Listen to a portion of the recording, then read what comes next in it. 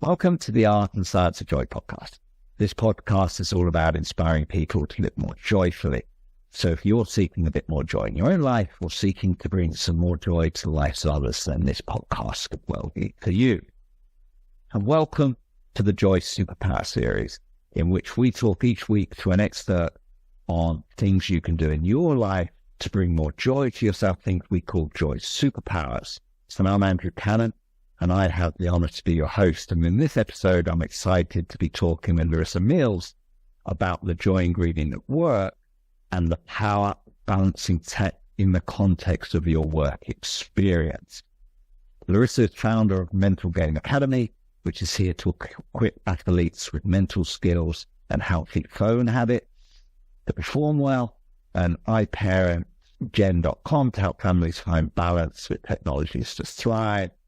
And Larissa is also founder of Mentally Well HR Solutions, a company that primarily focuses on digital and mental wellness.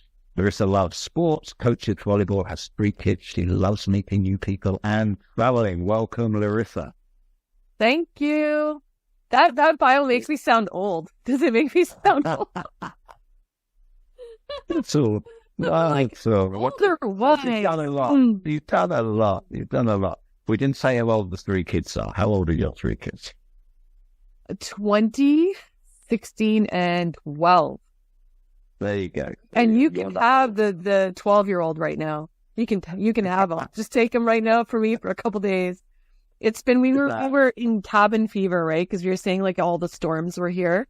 We were all together for 4 days with my brother's family from Minneapolis. And it was, we had to stay on task all day to keep busy. Okay, let's do board games. Okay, let's do baking. Okay, let's try and go for a walk in between rainstorms. It was like, okay, now get out of my house. There you go. There you go. So on eBay, you can find your 12-year-old child. So that's good. That's good. Excellent stuff. Right. I will pick him up. Brilliant. So she's already gifted. There you go. Fantastic. Good sales pitch. Right. So we're talking about tech. We're talking about device usage at work. How do you see the current state of that for your experience? You know, the formula right now. Yeah, the formula right now for an adult in terms of, let's look at that like a math equation. Okay, so if we are looking at being at work and we're going to add all your tech up for the day, and then on the other side of it is your brain stem and your nervous system and you and how you feel. We're going to look at this side of the equation for a second. If you are on your phone randomly, just at work, and yet you had tasks to complete at work, and you have notifications and pop-ups and all these things going on, you are going to be revving up your nervous system on this side. You can't not do it. It's impossible.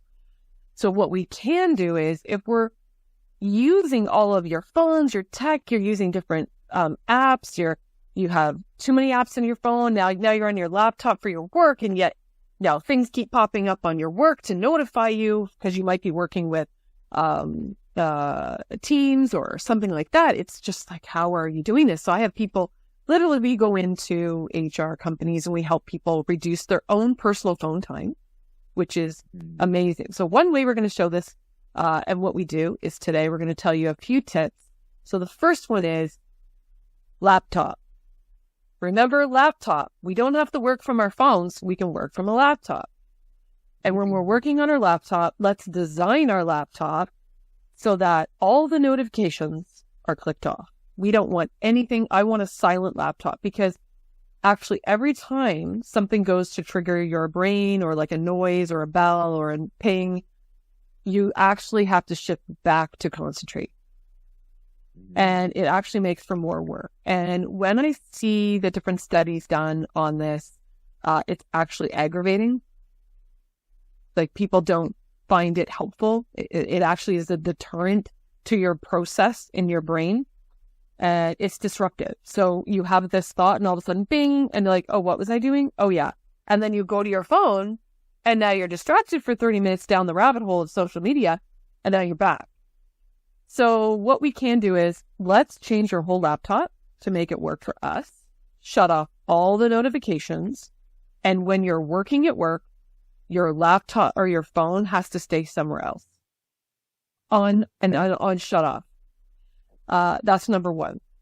Number two is, and actually is the biggest lifestyle change you might make in your life, but it might actually help you save your partnership, your job, your relationships, everything else, is balancing your phone. If we as adults can balance our phones and set it up on a routine. So for our athletes, for instance, we have very high performing Olympic or professional athletes. They're actually set up on their phone routine, because every time you go to pick up your phone, a little ping or a little notification, you want to check it, you're actually, every 10 times you go to look at it, your phone gives us a negative feeling. And that's through various studies. I don't really want a negative feeling, but if you're going to look to see if someone responded, or if you're going to look to see how many likes you get, if you're going to see how many people like you, phones are not the place to go.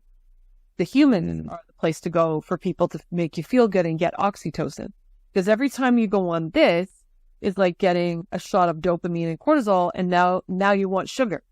Now your heart rate goes up. Now you're spiking. Now your adrenaline's going. Now your vagus nerve is really ticking you off in your stomach, from your brain to your stomach, and you can't calm down. And then people they think it's anxiety, but it's really not. It's really a response in the brain from social media. So if we can get a routine, and a routine would go something like this. Don't touch your phone in the morning for the first 30 minutes, because your brain will spike in dopamine and cortisol, and it'll try and stay there all day. So we try and get our athletes, and our athletes are great. They put alarm clocks back in the room. There's no phones in their rooms at all. And they get down to work. They can check their phone for 15 minutes in the morning. That's it. What do you need it for? Right? I don't need to know my friends going on the bus. I don't need to know you're late. I don't need to look in smiley faces. It's a great entertainment tool, phones, but it's one of the biggest distractor of work ethic and habits. It's the biggest derailer of job promotion right now. Yeah. Right. And is that the reason why a lot of companies now, you think, trying to get employees back into the office for that reason? Yeah. I haven't seen any studies on it, but I thought it could make sense. Yeah. And now that if you are home more, people are actually, there's a lot of evidence saying that they want people back at work because you're just more productive. You just utilize your time more. You shut off your phone more, and you're actually going to be through 2 to 3 hours more productive a day at work versus at home. I struggle with it myself. Like I'm better and better at it, but I know now I had to actually have someone come and design my laptop to shut off all the notifications, everything. There's still one I can't shut off, and that's really like irritating me. And I have to go get a kid, a high-tech kid, to come in and help me. Maybe a 12-year-old. So that one. Maybe a 12-year-old to solve that one for you before. Oh, I don't know. I've tried. The other thing we can do is to be more productive, but also not just productive. Andrew, we want to be happier, right? We want to spike oxytocin on our own. My motivation is to go to bed happy and conk out, right? I don't want to be going to bed worried or up late or having the heart rate racing, because that's what phones will do. So one of the things you can do is we actually do this with a lot of our NCAA athletes and high school athletes and corporations and coaches. We look at your phone, and let's go and look at how many apps you have. While in our surveys, there are some adults that have 140 apps. I don't even know what that looks like. I have the basics. I'm going to show you my phone. I'm going to check. You keep talking. I'm going to check how many apps. Yeah, I don't have that. So what we want to do is to get under, like, if we can, under 25. The reason is because that for every 10 apps, you're on your phone an hour more a day. 283 apps, apparently. Oh my gosh. That's a lot, Andrew. I must admit, many of them I haven't used. Too. I have some apps on my phone for my kids to like draw. Yeah. I mean, look at that. But on my email box, I have 15,396 unread messages. Yeah, I was like that. I got rid of all of them. I totally took a day off work to clean up my phone, to clean up my laptop. I cleaned everything out, and it took a whole day, 8 hours. By the way, people, it takes a long time to clean yourself tech, because now you're building up your storage, and you're going to end up paying for it in your wallet, and you're going to end up paying for it in your mind in terms of stress. So to de-stress, get down to as few apps as you absolutely need. So let's say, do you need 10 map apps? No, you need 1. 2, maybe if you're going to another country or traveling. Download that one and delete it when you leave, right? Are you careful with the apps that you have on your phone? Because even for adults, Facebook, Instagram, TikTok all have backdoor access. Anybody can hijack you. Anybody can get in there and know where you are and what you're doing. So, I mean, I even know some adults that have Snapchat, and although I think out of all the people in the world, I would really like to have a chat with would be him, and say, why are you doing this to small children? Because it's the worst thing ever for crime right now in the world for children. I can't believe it, but it is the number one distracting factor in a class, in a school, at home, at sports for kids. So it's even distracting for adults. So take it down to WhatsApp. It's safer. Take it down to text, whatever social media you want. The rest you really don't need unless it's something like a mind reading, a mind like meditation app that helps you at night. There's also a new contraption to help you put this thing beside your bed at night, so you don't have to have the app. It's an alarm clock with meditation stuff in it. So you don't have the... And you also do need the Year of Joy app, by the way. That one you can keep. You can keep that one. If you need 4, let's throw the Year of Joy app. Right. Darn right. And then, so once you have settled, like this could take literally, we go through people's phones. It takes us in a class when we're doing a workshop at a corporation. It could take 2 hours for us to really go through all of them. What do you really need a drawing app? Who's drawing on your phone? Like you just have apps in there you don't know you need. Do you need a compass? You know, like, do you need the drawing app? Do you need the writing app? Do you need what? There was a woman who had 19 shopping apps. She was addicted to shopping. And right. And there's gambling apps that get all these athletes into trouble, and other apps that you're probably aware of, adult relation. And I cannot believe how many of even our young athletes under 18 are struggling with these addictions. The more apps you have on your phone, the more likely you are to be addicted to your phone. Absolutely. But the less productive you are during the day. Yeah. So let's swing it around the other way just for a moment to talk about, I mean, I know a lot of companies also, ping their employees 11 o'clock at night. So let's talk about that side of the equation, because I know a lot of people get stressed. Nobody should be about anyone after work hours. It's not, like, I wouldn't be pinging if I were a teacher or a parent pinging a teacher, I'd be emailing them and they could get it. Everything's silenced. If I was a corporate, like a boss, doctors, I'm sorry, shift workers, anybody who's in need of, like, you need an electrician to fix the power, your power went out. Those people have their phones on at different times as well, but they have to put themselves, more importantly, shift workers, on the schedule, because they're going to have a really hard time sleeping. But if you're getting pinged, set your ping off. Your boss saying, this is not work hours. Stop pinging me.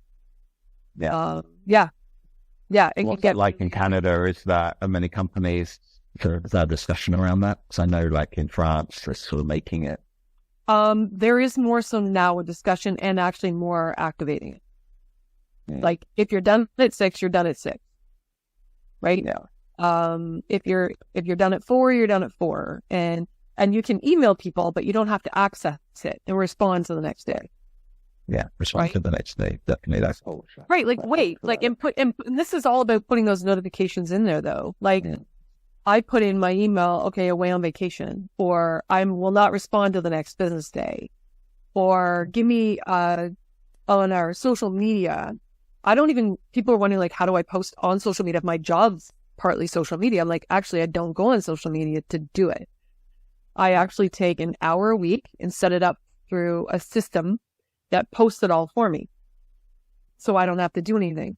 So that way, when I have my phone routine, I can check my phone at just before 9, 12, maybe 3 if I want to, 6. And then after that, your heart rate will spike and spike and spike until bedtime. So I try not to go on it in the evening that much, but I have kids in sports and I have my athletes and I'm still working in the evening. So that can kind of, I don't really want it. But I think the no pop-ups is a real issue for the brain, and how our brains react to it is a negative fight or flight response.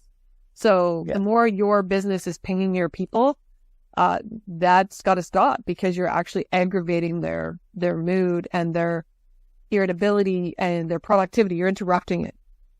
And making them less productive, less it's actually shooting yourselves in the foot. Yeah, it's actually making them less.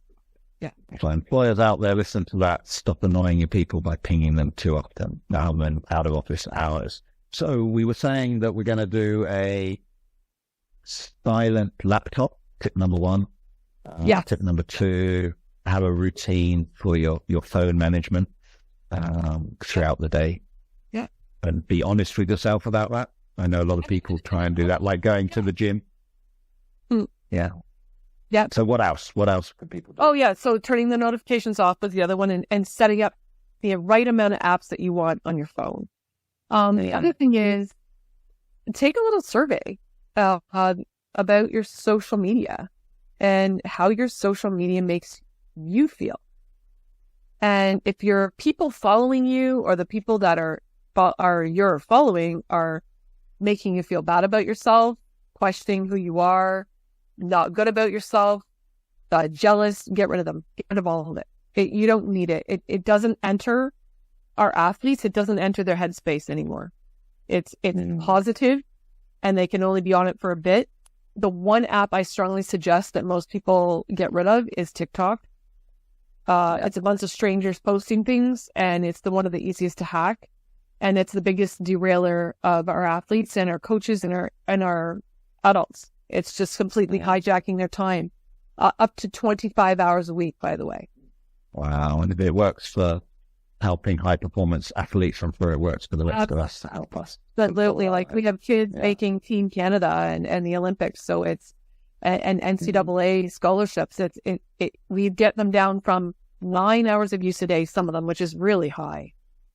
And you wonder why they're jittery, they can't talk, they're moody, and then they want to crash. Well, it's how our brain is interpreting all of this.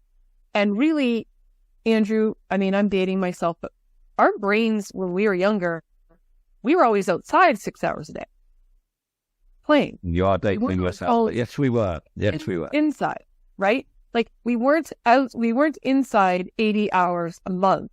We were outside 80 hours a month, on top of sports, on top of clubs and all of that. But because we're not getting this outlet, we wonder why adults are more irritable, and we're more irritable with each other. It's because we're also not getting enough outdoor time and exercise and community and connection. And as soon as you lose that, you have a society where we're at a pandemic of mental health disorders. We don't need to. They're completely avoidable. Most of them are completely avoidable medically. Working with ER physicians, family physicians, psychiatrists, we now know that what we're dealing with a lot in society is behavioral. It's made, right? So the other thing is assessing yourself with your social media, seeing, is it making you happy? Is it doing you any good? Is it making you feel like poop? Or are you feeling like, okay, I like the vibe of this. This is good. Right? And it's tough, to be honest. Yeah, there's a guy we got coming up in the Year of Joy and on the podcast later in September called Paul Zatt, whose specialization is immersion.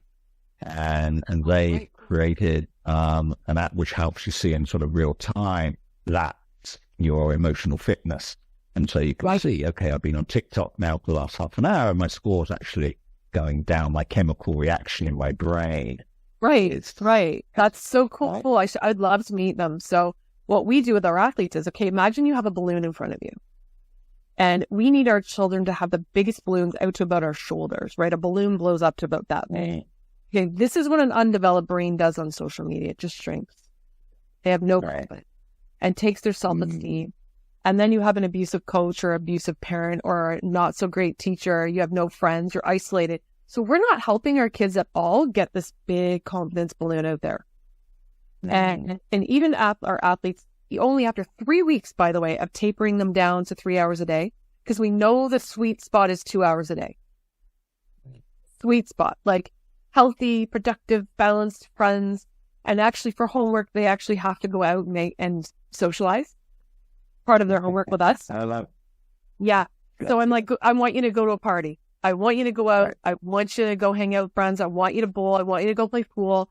I want you to go get ice cream. I want you to go play tag with friends in your neighborhood. I want you to be the leader. Go get everybody out on your street. But it has to be where my athletes are running into roadblocks of the other parents. Like, oh no, look, Johnny just wants to stay in game. Well, it has to be all parents to make this work. And parents are going to struggle with behavior until we all change, right? And then in the work environment, I'm trying to think about then. So obviously the connection in the work environment's key. Connection, yeah. And then making sure that you're having connection outside of your work time. So you're limiting your work time. Yeah, I'm going to go tonight. The next night I'm going to go to Pilates. The next night I'm going to go run. And do plan things for yourself, actually. And one of the other suggestions we have is planning your community and your connection. Build it into your routine. Because when you build it in, you feel good about, I know I'm going to go grab something for food. Plan your meals, plan your whole week out. Because it actually de-stresses you. Right. And the nights that you can't get something, great to eat, well, just put on some eggs. Make it chill. And if you're a working parent, you need to plan even more. And plan that. I've struggled raising 3 kids with a husband who was shift work in the hospital. You have to really plan. I literally had them outside all day because then they crashed. Right? So if I'm a working parent, balancing that all out is hard work. Yeah, absolutely. And so what we're sort of trying to encourage people to do is to understand that if you're working a lot, then going on to social media, for example, is not helping you in that situation. It's actually dragging you down. It's going to drag you down further. If you're really stressed at work, it's so ironic because the first thing a psychologist will suggest to you is breathing, walking, doing your deep breathe, triangle breathing, say your mantras, but yet everyone goes on their phone. And what that does is it triggers your brain to an alert. And now you're really ticking yourself off even worse. And you're catastrophizing. You're making things worse in your brain to calm down. And I believe, and don't quote me, but I believe if you're super angry, it takes 8 hours to relax your adrenaline back to normal after yelling or being upset. That's a whole day. Going on this just spikes it. Every 7 minutes, everyone's checking their phone. So you wonder why adults are irritable. But trying to stay, what we do with our adults is we all want to stay in green on a traffic light. We're not always going to be there all day. You're not ever going to be there all day perfect. But if we can keep you out of red, but we can keep you with your coping mechanisms to go back from orange to green, we're doing well. Because you are going to burn your breakfast maybe once. You are going to have a pipe leak in your house. You are going to have the wrong lineup at the grocery store. It's going to be a mile long. You are going to have things in your day. So you have to learn mechanisms to cope. As soon as we teach these to adults, they are so much happier because now they have weapons in their toolbox as well. And they can balance the phones better. And I think the number one, we talked about this ages ago, was the testimonies from our feedback is, once I feel in control of my phone, I feel in control of my mind. And that has been the biggest testimony, the most powerful thing we found. Yeah. And I think it really is fundamental because we know social media and the negative impact that has on our brain. We also know the effects of doom scrolling through media. Even when I did the research on that, it was 7 negative headlines, 2 neutral, 1 positive was the average. 1 positive, right? Yeah. It's usually about 70, yeah. Yeah, 7% negative. So, you're doing that instead, selling on social media. No, I'm reading the newspaper, but it's like, wow, that's all doom and gloom and people dying and the world's going to burn. And so that's not helping you either.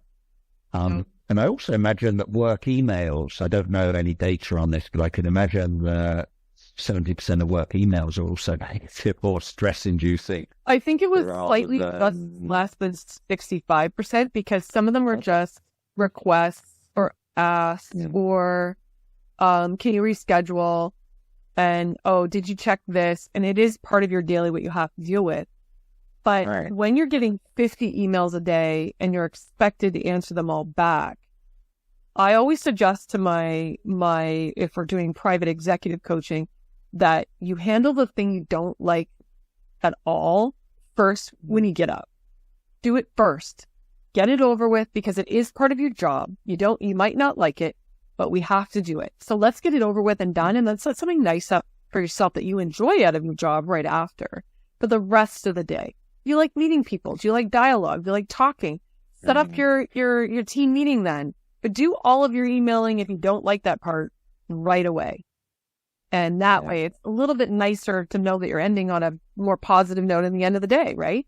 Like we have choices to make to fix our days, right? It's like when kids, with kids, there's kids who start with the plate on the thing they like the most, and then you get left at the end with the thing you don't want to eat, and they spend like the next half an hour moving it around the plate. Whereas some other kids who try and say, hey, eat the thing you don't like first, and then it's all good. It's all uphill from there. And that's the same thing with the work. Yeah. Exactly. So I imagine the kids that do that for breakfast or dinner also then do that in their adult lives when they're postponing the work. Like I always tell our employees or your managers or executive or CEOs, do the things you don't like first. Because there's always that one thing in your job you just don't like. If you got to fire someone that day, do it first in the morning. Just and do it in a humane way, right? Right. Do it. It works for me. Although I find actually what I found for myself, which worked personally the best, is that I find on my sort of to-do list a couple of things I like doing, but I can do like in 5 or 10 minutes. Right. Quick. And I get those done quickly, and I go reward myself with a little bit of fresh air or something for a couple of minutes, and then I come back and do the thing I don't like doing. So but you have a strategy though, Andrew. And that's very important. So a lot of people don't have any strategy. So that's when the brain gets overwhelmed. And it's not you getting overwhelmed. It's not saying you're weak. It's just that our brains only work in a certain way. And when you're overwhelming it, plus all the tech, plus if you're getting pinged, you're basically driving yourself to chaos and uncontrollable emotions. So give yourself a break, get settled, get someone to kind of help you through all these things and help employees out, because now more employees in the next 10 years will be the least resilient, least employable that we've ever seen in the workforce. Yeah, absolutely. And teaching them these skills of how they're able to work with their phones and manage their lives is super important. So thank you, Larissa, for doing this great work to help individuals and companies do that.